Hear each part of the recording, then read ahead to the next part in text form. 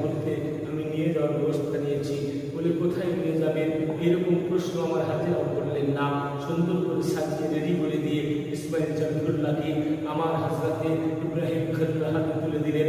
ইব্রাহিম খলিলুল্লাহ আলাইহিমুসসালাম তাসলিমান কাসীরা তিনাকে নিয়ে চলতে আরম্ভ করলেন।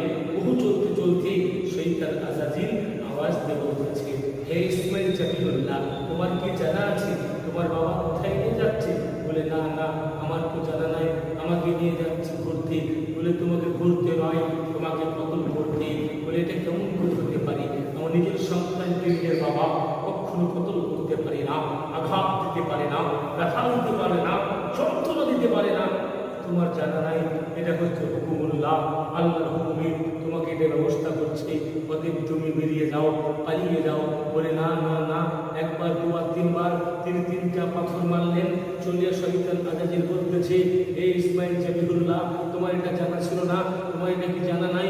কারণ হলো তোমার ইসমাইল ইব্রাহিম খলিলুল্লাহ তোমাকে শহীদ করবে, তোমাকে কতল করবে, সেটা আল্লাহকে রাজি খুশি করার জন্য। ইসমাইল জাবিহুল্লাহ আওয়াজ দিয়ে বলতেছে, হে শয়তান আজাজিল, মহান রব্বুল আলামিনকে রাজি খুশি করার জন্য যদি আমার মতো ইসমাইলকে আমাকে শত শতবার কতল করে দেয়, আল্লাহ রাহে আমি তাতেই রাজি। জোরে বলেন সুবহানাল্লাহ। ব্রাদার, ইসমাইল জাবিহুল্লাহর কাছ থেকে শয়তান পালিয়ে আসার পরে মা হাজেরা রাদিয়াল্লাহু তাআলা আনহার কাছে হাজির হয়ে গেলেন। হাজেরা, তুমি জানো তোমার সন্তানকে কোথায় নিয়ে গেছে? বলে তার বাবা কোথায় নিয়ে গেছে? কোনো ঘুরতে, কোনো জায়গায় নিয়ে গেছে, সাজিয়ে গুজিয়ে নিয়ে গেছে।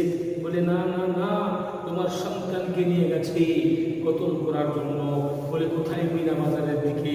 বলে এটা কখনো হতে পারে না, নিজের সন্তানকে কখনো নিজের বাবা না কতল করতে পারবে, না আঘাত দিতে পারবে, না ব্যথা দিতে পারবে, না যন্ত্রণা দিতে পারবে, না কাউকে মিঠাই করতে পারে।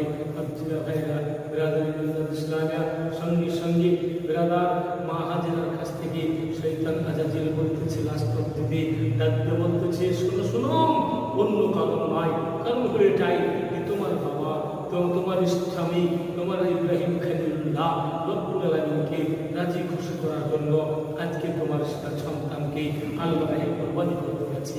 মা হাজেরা আওয়াজ দিয়ে বলতেছে, এ শয়তান আজাজিল, শুনে আমার স্বামী যদি আমার সন্তান এইরকম যদি আমার গর্ভে থেকে একটা নেই দুটো নয় 100 অধিকও যদি আমার সন্তান ইসমাইলের মতন জন্ম দেওয়ার পরে আল্লাহকে রাজি খুশি করার জন্য শহীদ করতে হয়, কতল করতে হয়, কুরবানি করতে হয়, আমি তাতেই রাজি। বলেন সুবহানাল্লাহ। ব্রাদার মিল্লাত ইসলামে আমি তাতে খুশি। এই বাপজিরা ভাইরা, বোঝা গেল রব্বুল আলামিনকে